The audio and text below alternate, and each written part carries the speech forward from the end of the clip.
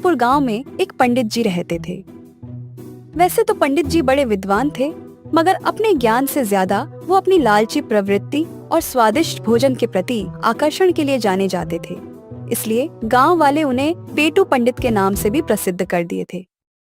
एक दिन पंडित जी गांव की गलियों से निकल रहे थे। आ हा हा हा हा हा, क्या खुशबू है। लगता है कि कहीं देसी घी में जलेबियां बन रही हैं। वाह वाह वाह वाह वाह वाह वाह। हा। मगर ये खुशबू आ कहां से रही है? आ हा। पंडित जी सांस भर के उस खुशबू को अपने अंदर समाने लगे, जैसे कि खुशबू से ही सारा पेट भर लेंगे। खुशबू का पीछा करते करते पंडित जी गली में बने सबसे कोने वाले घर में गए। हाँ, ये खुशबू तो इसी घर से आ रही है। कुछ भी हो, ये जलेबियां तो मुझे खानी ही होगी। हाँ, चलो अंदर चलते हैं। पंडित जी ने कुछ सोचा नहीं और सीधा घर में घुस गए। अंदर घनश्याम दास, उसका बेटा और पत्नी थे। पेटू पंडित को देखकर वो सब चौंक जाते हैं। अरे आइए पंडित जी, आइए आइए आइए, बताइए कैसे आना हुआ? अरे घनश्याम दास, ये मैं क्या देख रहा हूँ? अरे तुम्हें अंदाजा भी है कि तुम कितनी लापरवाही कर रहे हो? मैं कुछ समझा नहीं, आप कहना क्या चाह रहे हैं? अरे भैया, तुम्हारे सर पर राहु, केतु और कई सारे ग्रह एक साथ नाच रहे हैं और तुम आराम से बैठे हो हैं? ऐसे तो आने वाले समय में तुम्हें कई सारी मुसीबतों का सामना एक साथ करना पड़ सकता है। पंडित जी की बात से सभी लोग घबरा जाते हैं। अरे नहीं, तो हमें क्या करना चाहिए पंडित जी? रुको, जरा हमें अपनी विद्या का ज्ञान तो लगाने दो। ओम नमः शिवाय, ओम नमः शिवाय, ओम नमः शिवाय। ओम नमः शिवाय, ओम नमः शिवाय। देखो, तुम्हें अपने ग्रहों को ठीक करना है तो किसी सिद्ध पंडित को मीठा खिलाना होगा। अरे वाह, ये तो बहुत अच्छा संयोग है। अभी अभी मैंने ताजी देसी घी में जलेबियां बनाई हैं। पंडित जी, मैं आपको ही खिला देती हूँ, फिर तो इनके सारे ग्रह ठीक हो जाएंगे ना? हाँ, बिल्कुल ठीक हो जाएगा। चलो, अब जल्दी करो और लाओ, जलेबियां परोसो। खाएं तुम्हारी जलेबियां और तुम्हारी सिद्धि को हम पूरा करें। लाओ। घनश्याम दास समझ जाता है कि ये सब पेटू पंडित की चाल थी। उसकी पत्नी ने जलेबियां लाकर पंडित जी को दे दी और पेट भर के खाने के बाद पंडित जी मग्न होकर अपने रास्ते चल दिए। ये तो पंडित जी के लिए रोज की ही कहानी थी। उसी गांव में एक मेहनती गधा भी रहता था, जो अपनी ईमानदारी और कर्तव्य निष्ठा के लिए जाना जाता है। सुबह से शाम हो गई है। इस मालिक ने काम करा के मेरी जान ही निकाल ली है और अभी तक कुछ खिलाया तक नहीं है। ऐसे तो मैं भूखा मर जाऊंगा। डेजू!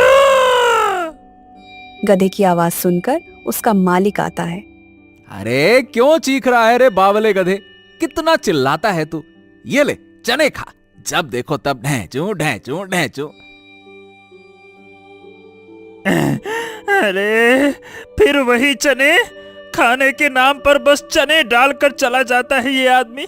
आखिर कब तक चने ही चबाता रहूंगा? नसीब में कभी स्वादिष्ट भोजन ही नहीं है। गधे ने जो भी मिला उसे खा लिया और फिर गुस्से में घर से बाहर निकल गया। अपना पेट भरने के लिए मुझे कितना संघर्ष करना पड़ता है। ये मेरा मालिक मुझे पर्याप्त खाना तक नहीं देता है और काम ऐसा लेता है जैसे मेरी जान निकाल लेगा। अब मैं इसके लिए काम नहीं करूंगा। गधा गुस्से में यहाँ वहाँ भटक ही रहा था कि तभी उसकी नजर पेटू पंडित पर पड़ती है।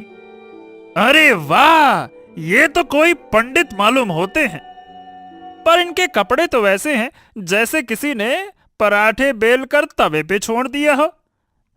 खैर मुझे क्या, इन्हें पूछता हूँ कि क्या मेरे लायक कोई काम है इनके पास। वैसे भी पंडित लोग कई घरों में आते जाते हैं, कुछ तो काम मिल ही जाएगा। हाँ। अरे राम राम पंडित जी, जरा ठहरिए तो। मुझे आपसे कुछ काम था। पंडित जी गधे को देखकर हैरान होते हैं।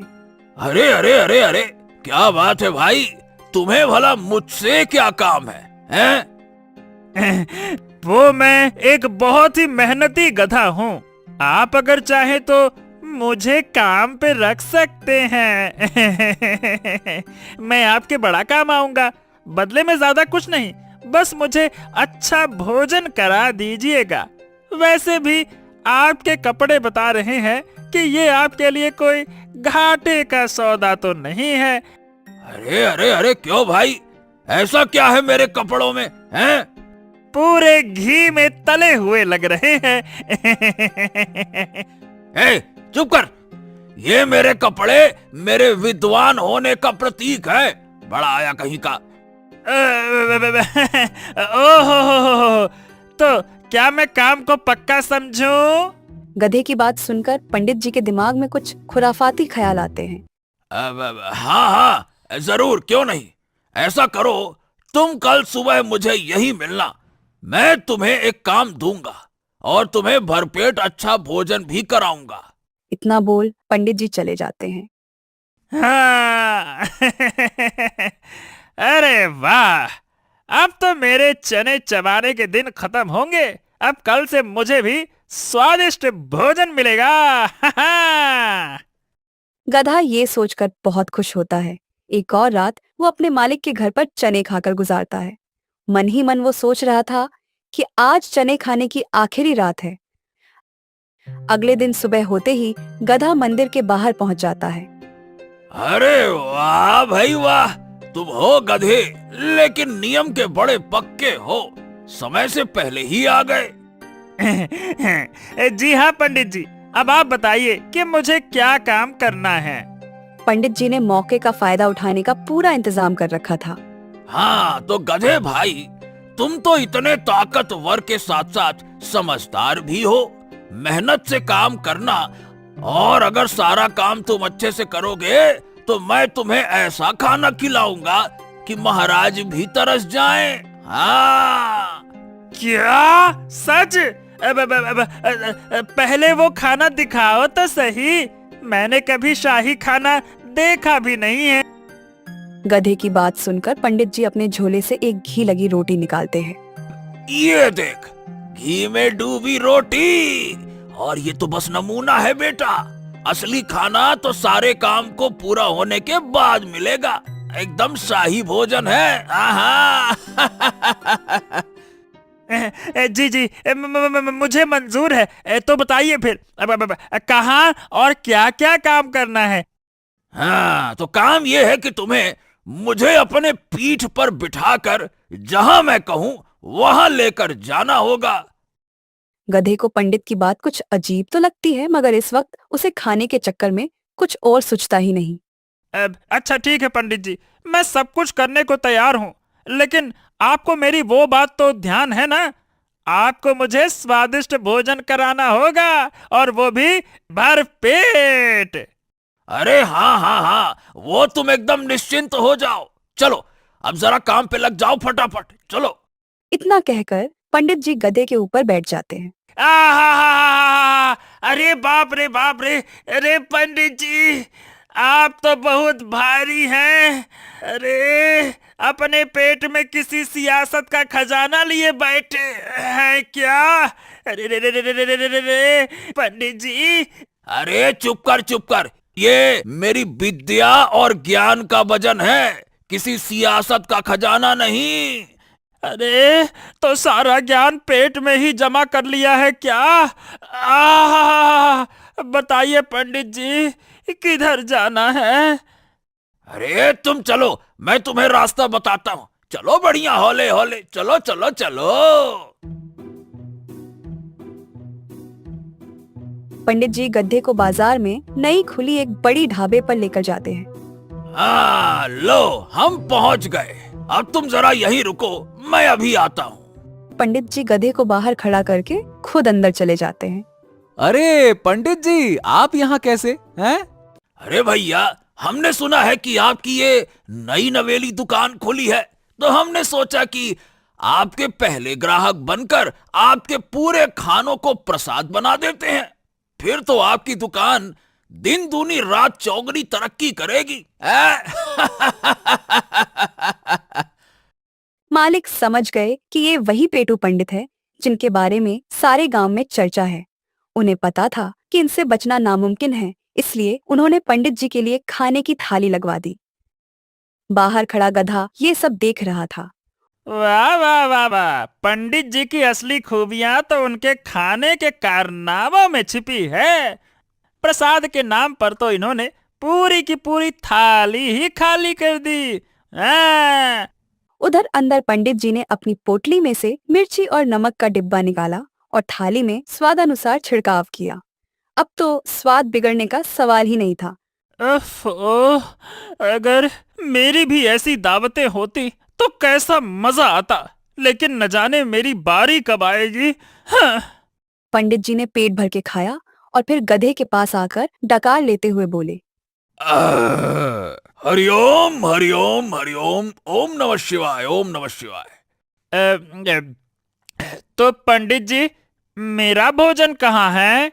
अरे रुको तो गधे, पहले जरा हमें तो कुछ मीठा चखने दो।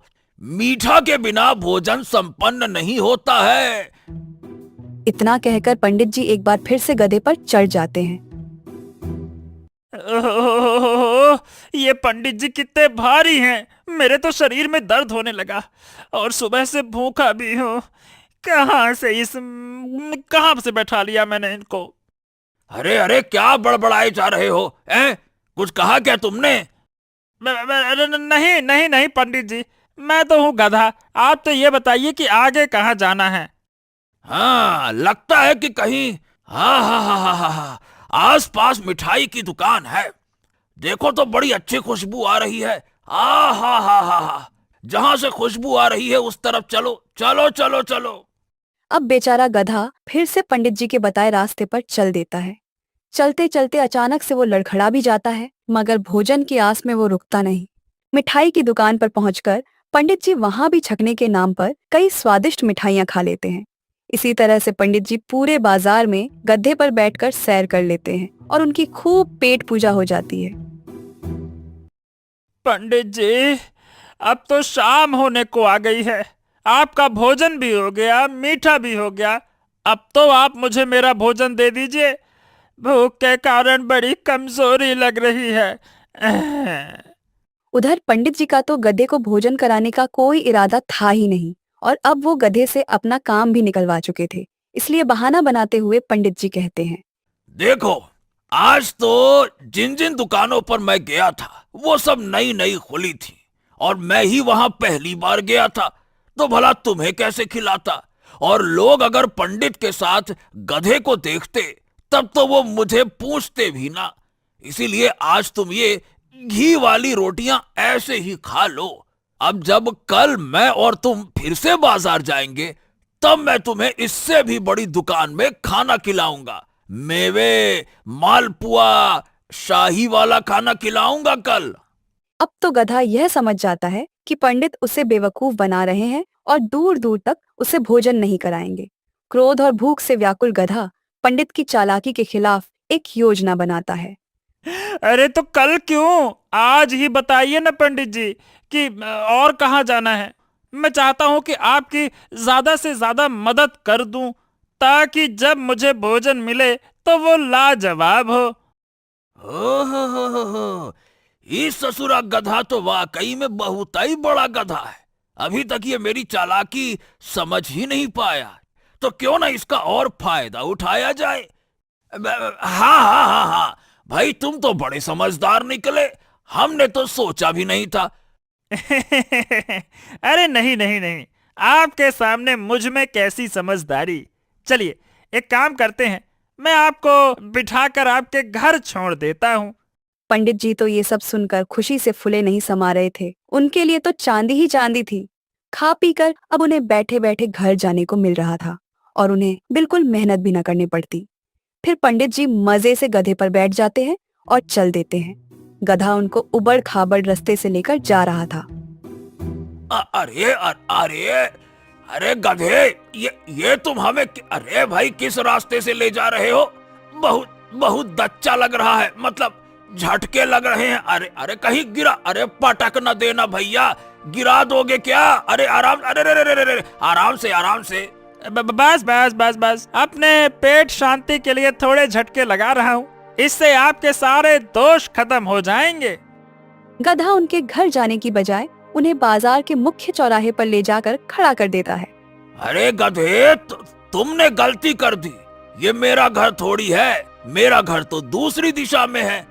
दरअसल पंडित जी, आपकी दशा ने आपकी सारी दिशाएं खराब कर दी हैं। गधा अचानक जोर जोर से बोलने लगता है। सुनो सुनो सुनो गांव वालों, पंडित जी ने मुझे 7 दिन से बेवकूफ बना रखा है। रोज मेहनत मजदूरी कराते हैं और खाना भी नहीं देते। भला कहीं देखा है ऐसा पेटू पंडित जो खाना नहीं देते, सिर्फ काम कराते हैं। गधे की ऐसी हरकत देखकर तो पंडित जी भौचक के रह गए। ऊपर से गधे ने कहानी में 7 दिन से काम करवाने का झूठा तड़का भी लगा दिया था। उधर गांव के लोग गधे की बात सुनने के लिए रुक गए। क्या बात कर रहे हो गधे भाई, पंडित जी ने तुम पर ऐसा जुल्म ढाया है? बाप रे बाप, क्यों पंडित जी? और क्या भैया, आज 7 दिन से मुझे भूखा घुमा रहे हैं। ये पेटू महाराज एक साथ 12 आदमियों का खाना चट करने की शक्ति रखते हैं, लेकिन जब बारी मेरी आती है तो पेट में पापी ग्रह आ जाते हैं। हाय राम राम राम राम राम, क्या पंडित जी, अरे ऐसे काम करना भला आपको शोभा देता है क्या? हैं? और क्या, इस बेचारे गधे से वादा करके इसे बेवकूफ बना रहे हैं। कितनी बुरी बात है, बताओ तो। अब तो पंडित जी की पोल पूरी तरह खुल चुकी थी। अब उन्हें समझ आ गया कि गधे से बचना नामुमकिन है, इसलिए उन्होंने हालात से समझौता करने में ही भलाई समझी। अरे तो अभी कौन सी देरी हो गई है, चलो चलो मैं तुम्हें अभी खाना खिला देता हूँ। इतना क्या दुखी होते हो भाई, चलो चलो। अरे जाओ जाओ जाओ, मुझे कोई भरोसा नहीं तुम्हारी इन बातों पर, तब से यही तो सुन रहा हूँ। हैं? अरे तो नाराज मत हो, देखो गधा भाई, मैं तुम्हें कल पक्का मालपुआ मिठाई खिलाऊंगा। अरे तो पहले अपने झोले से वो मिठाई निकालो जो तुमने पिछले हफ्ते खाई थी, जरूर वो भी किसी से मांग कर ही खाई होगी। अरे नहीं नहीं नहीं नहीं, मैं तुम्हारी दावत जरूर कराऊंगा। अरे भाई मुझ पर विश्वास तो करो। अच्छा, तो उस दावत के लिए कौन सी जन्नत जाना होगा? इस धरती पर आपकी दावत तो होती नहीं दिखती है। अरे पंडित जी, अब ये बहानेबाजी बंद करो और इसको खाना खिलाओ, वरना तुम्हारी दावत तो हम सब करेंगे। हाँ बाबा हाँ, मैं मना कहाँ कर रहा हूँ, बस अब मैं इसे खाना खिला दूंगा। अरे पंडित जी, आपका ये खाना तो एकदम अमावस की रात की तरह है, जो आता ही नहीं है। गधे की बात सुनकर बाजार के सभी लोग जोर जोर से हंसने लगे और पंडित जी को बड़ी लज्जा आ रही थी। वो धीरे से गधे से बोले। अरे बस भी करो ना मेरे बाप, ये सब छोड़ो और अब चलो मेरे साथ। मैं तुम्हें बढ़िया दावत दूंगा, जो हुआ उसे भूल जाओ ना। ऐसी छोटी छोटी बातों को दिल से नहीं लगाते। अब जाकर गधे को लगा कि उसका बदला कुछ पूरा हुआ, इसलिए वो पंडित जी की बात मानकर उनके घर गया। पंडित जी ने पंडिताइन से कहकर तरह तरह के व्यंजन बनवाए और गधे के सामने रखे।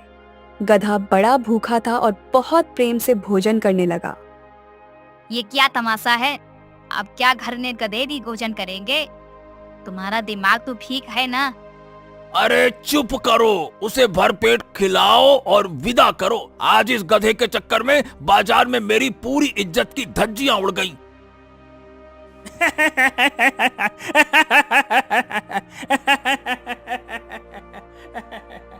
हे राम, ये गधा तो सच में मेरा बाप बन गया। अब तो मुझे खुद की ग्रह शांति करानी पड़ेगी। ढोलकपुर गांव में मंगलू नाम का एक गरीब किसान रहता था। उसके पास उसका एक खास साथी गधा था, जिसे वो प्यार से टप्पू कहता था। टप्पू जितना मेहनती और समझदार था, उतना ही शरारती भी। मौका मिलते ही वो मंगलू की टांग खींचने से बाज नहीं आता, जिससे दोनों की जोड़ी और भी दिलचस्प बन जाती थी। एक दिन अरे क्यों रे टप्पू के बच्चे, तुझसे कहा था ना कि जब तक मैं एक नींद लूं तो ये सारा का सारा सामान ढोकर घर को पहुंचा देना। ये क्या है, सब कुछ ज्यों का त्यों यो ही खेतों में पड़ा हुआ है। क्यों रे? घर को पहुंचा देना। और आपने ये जो कहा था कि जरा पड़ोसी के खेत में नजर भी रखना। बड़े दिनों से उसका मालिक लखन खेतों में नजर नहीं आया, आजकल पता नहीं कहाँ गुम है। अब ये बताओ, मैं सारा सामान अगर ढोने चला जाता घर को तो लखन के खेत पे नजर कैसे रखता हैं? अरे वाह वाह वाह वाह, बड़ा चौकीदार बन गया है। अरे वो तो मैंने ऐसे ही बातों बातों में कह दिया था। और क्या अब तू सारा काम धंधा छोड़कर लखन के खेतों को ताकेगा क्या हैं? मुझे पता है ये सब कुछ तेरी चाल है। तू बातों को पकड़कर बस मुझे बेवकूफ बनाता है और कुछ नहीं, गधा कहीं का। अरे अंडरस्टैंडिंग मिस हो गई है, मतलब कि स्टैंडिंग मिसअंडरस्टैंडिंग हो गई है मालिक। खैर ये सब छोड़ना। देखो फसल तो कहीं भागे थोड़े न जा रही है, कुछ काम कल के लिए भी छोड़ दो। चलो अब घर चलते हैं, अब तो शाम भी ढल चुकी है, हैं? टप्पू बात को घुमा देता है और फिर दोनों घर जाते हैं। मंगलू का टप्पू के अलावा इस दुनिया में और कोई नहीं था। घर पहुंचकर मंगलू टप्पू को खाने के लिए गाजर डाल देता है और खुद भी खा पी कर सोने चला जाता है। अरे ये मालिक दिन में भी इतना सोए हैं और अब फिर से सोने चले गए। न जाने इन्हें इतनी नींद आती कहां से है। और एक मैं हूं, मुझे तो आज नींद ही नहीं आ रही है। आजा निंदिया आजा, आजा निंदिया आजा, अरे आ भी जा। हाँ। टप्पू खुद से बातें कर ही रहा था कि तभी उसका ध्यान गांव से बाहर आसमान में चमकती हुई किसी चीज पर पड़ती है। हाँ, हाँ, हाँ, ये क्या हो सकता है?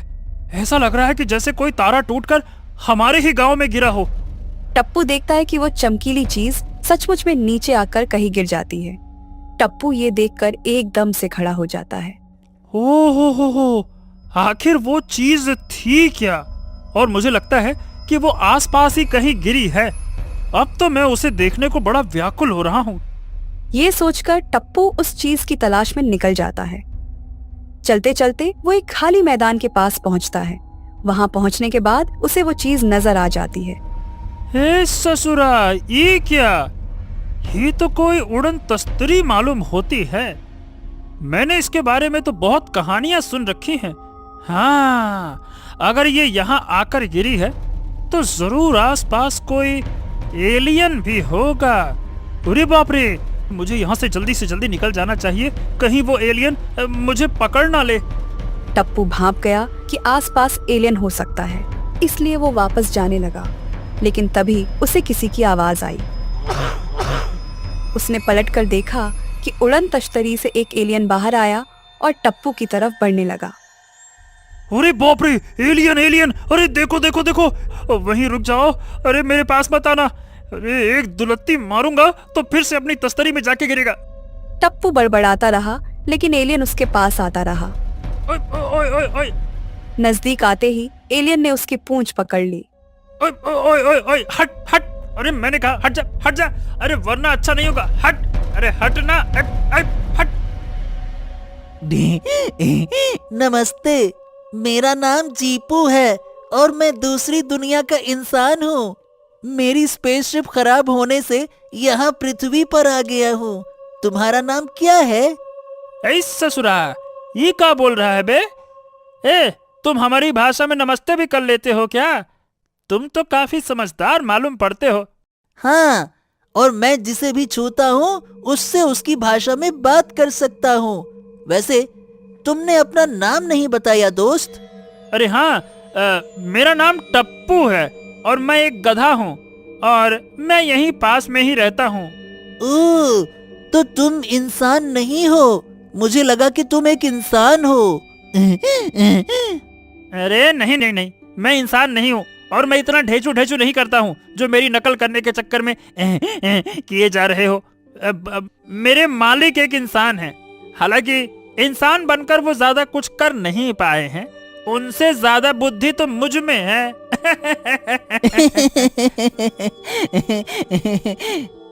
चीपू टप्पू की ये बात सुनकर हंसने लगता है। ऐसे ही दोनों में और बातचीत होती है और दोस्ती भी हो जाती है। टप्पू जीपू को आसपास का इलाका घुमाता है। वैसे ये तो काफी ग्रामीण इलाका लग रहा है। हमारे यहाँ तो ऐसा नहीं है, सब कुछ बहुत आधुनिक है। ओह, ऐसी बात है क्या? टप्पू को विचार आता है कि जीपू की टांग खिंचाई करनी चाहिए, इसलिए वो पेड़ की तरफ इशारा करके कहता है, क्या बात कर रहे हो दोस्त? देखो हम कितने आधुनिक हैं, मैं तुम्हें दिखाता हूँ। वो जो सामने पेड़ लगा है ना, उस पर देखो कितना ढेर सारा पिज्जा उगा हुआ है। हाँ, हैं? पिज्जा पेड़ पर कहाँ उगता है? वो तो बनाया जाता है ना। वही तो बात है ना। तुम लोग पिछड़े हुए समय में रह रहे हो, इसीलिए तुम्हारे यहाँ अभी तक पिज्जा बनाया जाता है। मगर हम देखो सही मायने में आधुनिक हैं, इसीलिए हम पेड़ पर उगे हुए पिज्जा खाते हैं। इससे काम और आसान हो जाता है। सच में? अरे वाह वाह वाह वाह वाह, तुम तो काफी आधुनिक लोग हो। तो क्या मैं वो पिज्जा चख सकता हूँ? अरे नहीं नहीं नहीं, अभी नहीं। अभी तो पिज्जा ठीक से पका नहीं है, जब पक जाएगा तब चखना। चीपू हाँ में मुंडी हिलाता है और फिर दोनों आगे बढ़ते हैं। कुछ दूरी पर एक पोखर मिलता है। बीती रात बरसात हुई थी और इसीलिए उसमें पानी जमा हो गया था। टप्पू को फिर से शरारत सूझती है। अब ये देखो, यहाँ पर शरबत रखा हुआ है। अरे हम इतने आधुनिक हैं कि आने वाले राहगीरों के लिए रास्ते में ही शरबत का इंतजाम करके रखते हैं, और तुम हमको कहते हो कि हम ग्रामीण हैं। अब बोलो। इस बार टप्पू की बात सुनकर जीपू झट से पोखर की पानी पी लेता है।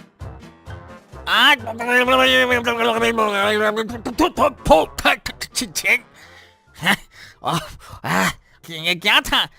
कैसा गंदा पानी था ये? हैं? तुम ये क्या क्या पिला दिया मुझे? छी! कितने बेवकूफ हो तुम। ओ, तो तुमने मुझे बुद्धू बनाया। जाओ, मुझसे बात मत करना। अरे अरे अरे, माफ करना माफ करना, ये तो बस थोड़ा सा हंसी मजाक था। अच्छा, अब कुछ नहीं करूंगा, वादा करता हूँ। हाँ ठीक है, इस बार मैं तुम्हें माफ करता हूँ, लेकिन दोबारा ऐसा मत करना। अभी तक मुंह से स्वाद गया नहीं। अच्छा अच्छा ठीक है, सुनो, सवेरा होने वाला है, तुम ऐसे खुलेआम नहीं भटक सकते, तुम्हें अब छिपाना होगा। किसी गांव वाले ने तुम्हें देख लिया ना, तो सारे गांव में हल्ला हो जाएगा। क्या? मगर मैं कहाँ जाएगा? एक काम करो, मेरे साथ घर चलो, मैं तुम्हें मेरे घर में छुपा दूंगा। टप्पू जीपू को अपने साथ ले जाता है और घर के पीछे बने भंडार घर में छिपा देता है। कुछ भी हो जाए, यहाँ से बाहर मत निकलना, मैं जल्दी ही वापस आऊंगा। सवेरा होने को आया था और इसीलिए टप्पू जीपू से विदा लेकर अपने घर पहुंच जाता है। वहाँ मंगलू उसका इंतजार कर ही रहा था। क्या बात है, आज सवेरे सवेरे कहाँ से सैर सपाटा करके आ रहा है तू? ओहो, कुछ नहीं मालिक, बस ऐसे ही मॉर्निंग वॉक पर निकला हुआ था। क्या अनाप शनाप अंग्रेजी में बकता रहता है, पता नहीं कहाँ से सीख लिया है। तेरी तबीयत तो ठीक है ना? मॉर्निंग वॉक है? अरे मतलब मालिक, मैं टहलने गया हुआ था, टहलने। ओ, तू और टहलने? अबे आलसी गधे, तू कब से टहलने लगा? बस मालिक, आ जैसे। मंगलू को टप्पू का व्यवहार कुछ अजीब लगता है, मगर काम के लिए उसे देर हो रही थी, इसलिए उसने ज्यादा ध्यान भी नहीं दिया। हाँ हाँ, चल चल, ठीक है ठीक है ठीक है, चल काम पे लग जा। मंगलू आज तो टप्पू पर इतना ध्यान नहीं देता, लेकिन जैसे ही रात होती है, टप्पू फिर से चोरी छिपे भंडार घर में जाता है और जीपू को आवाज लगाता है। अरे ओ जीपू, कहाँ हो? बाहर आओ, देखो मैं आ गया। हाँ, मैं यहाँ हूँ टप्पू। अरे देखो, मैं तुम्हारे लिए गाजर लाया हूँ, तुमने कुछ खाया ही नहीं होगा, है ना? लो इसे खा लो, ये ताजा मीठी गाजर तुम्हें बहुत अच्छी लगेगी। जीपू बहुत चाव से टप्पू की लाई हुई गाजर खाता है। जब जीपू का पेट भर जाता है तो टप्पू उससे कहता है, अब बताओ आगे क्या करना है जीपू? तुम वापस अपनी दुनिया में कैसे जाओगे? टप्पू, मेरी स्पेसशिप में कुछ गड़बड़ी हो गई है। उसे ठीक करने में कुछ दिन लग जाएगा। तब तक मैं वापस नहीं जा सकता हूँ। अरे नहीं, ये तो दिक्कत वाली बात है, क्योंकि तुम उसे सिर्फ रात के अंधेरे में ही ठीक कर सकते हो। दिन में अगर किसी ने तुम्हें देख लिया ना, तो तुम्हारी जान खतरे में पड़ सकती है। तो अब हम क्या करेंगे?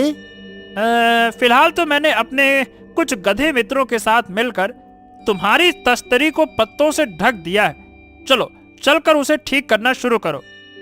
टप्पू जीपू को अपने साथ लेकर जाता है और जीपू अपनी स्पेसशिप ठीक करने का काम शुरू कर देता है।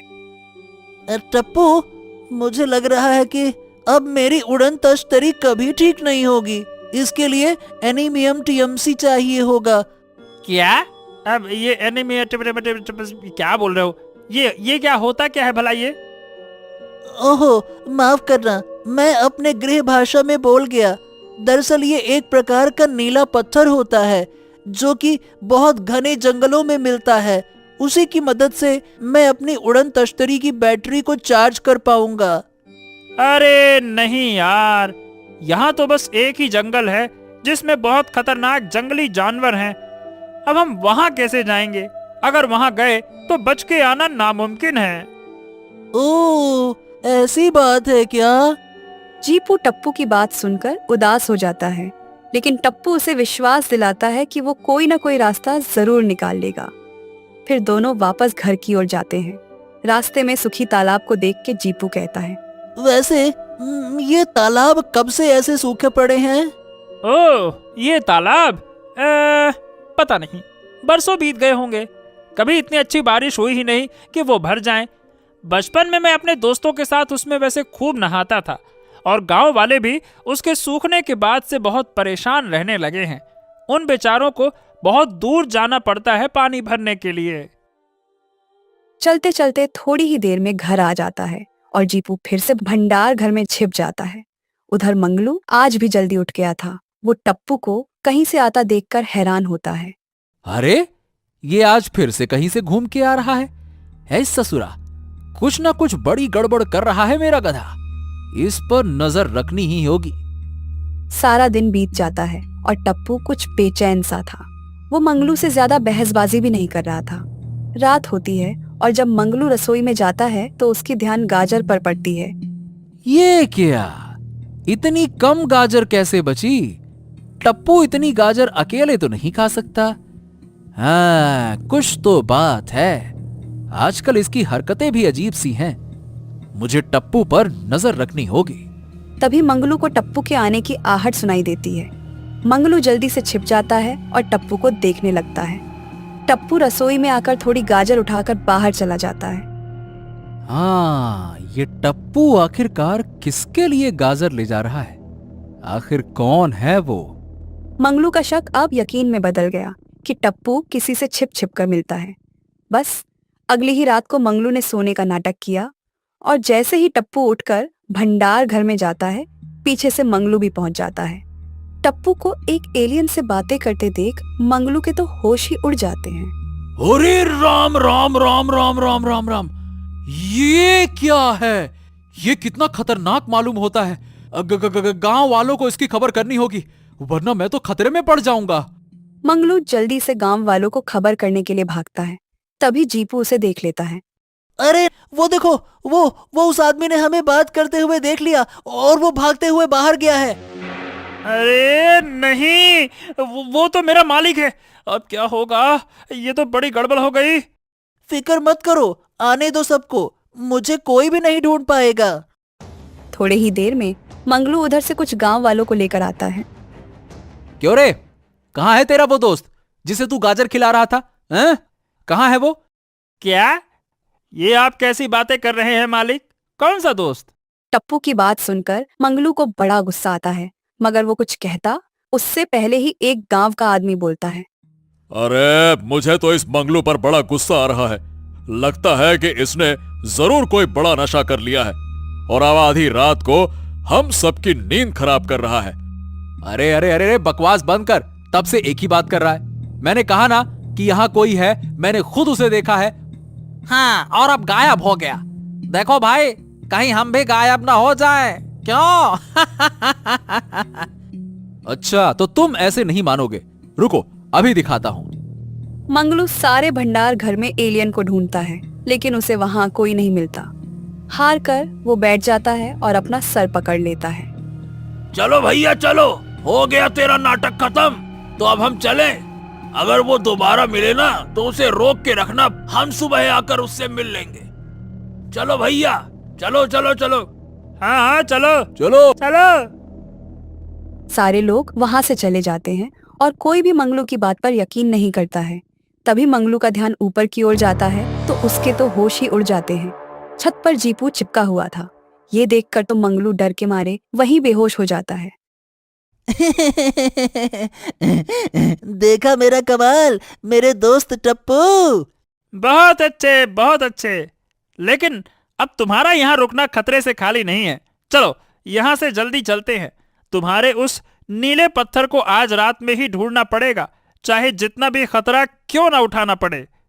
तुम सही कह रहे हो, अब मुझे वापस जाना ही होगा, वरना तो अब गांव वाले मुझे देख लेंगे ना तो खतरा हो जाएगा सबके लिए।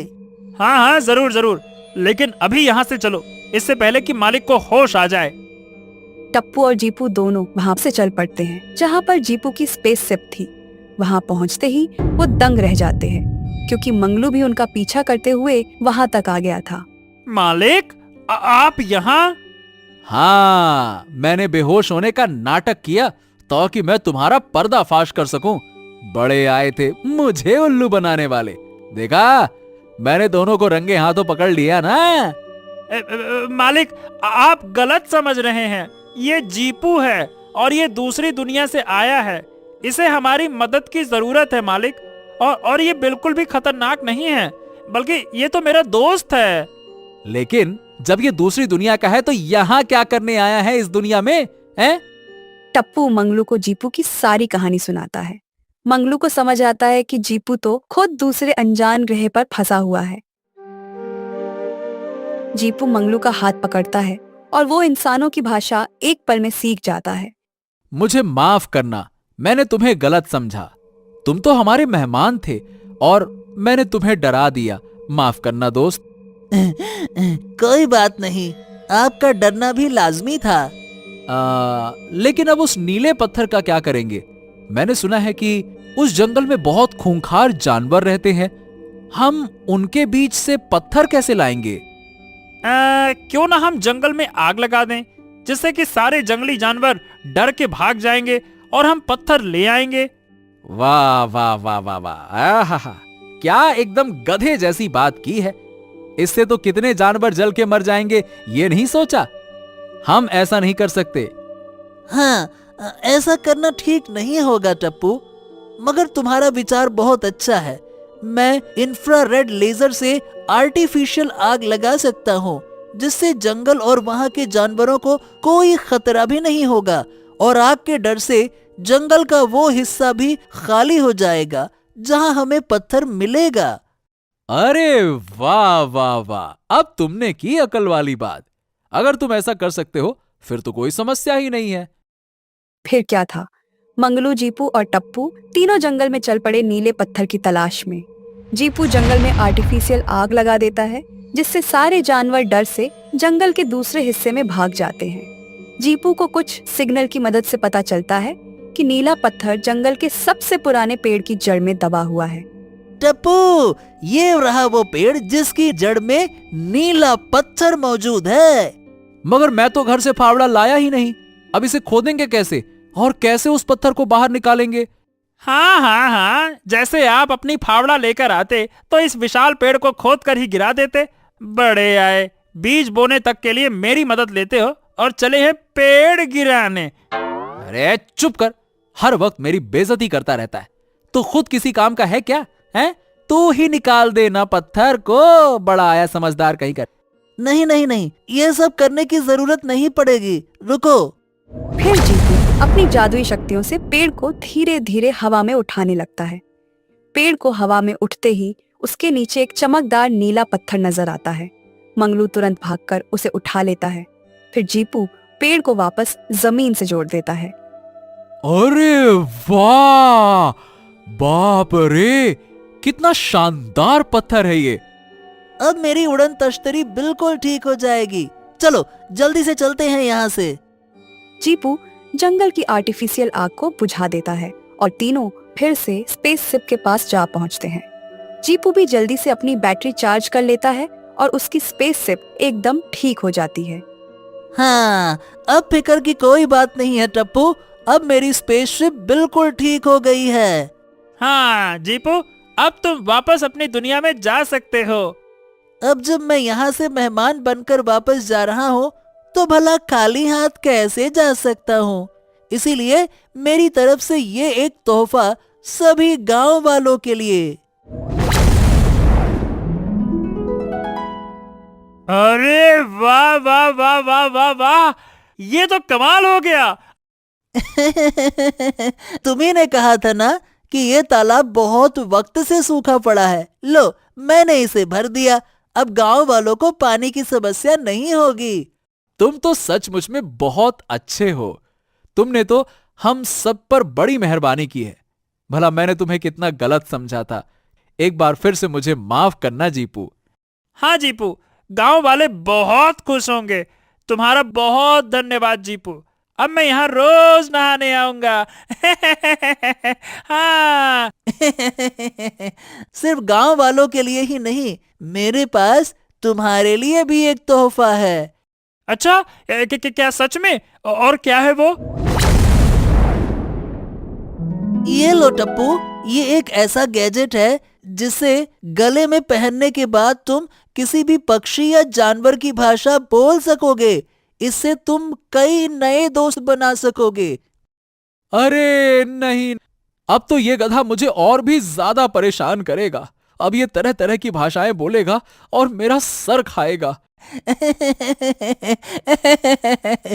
दोस्त, मुझे बहुत खुशी है कि मैं रास्ता भटककर यहाँ पर आ गया। अगर मैं यहाँ नहीं आता तो मुझे तुम जैसा दोस्त कभी नहीं मिल पाता।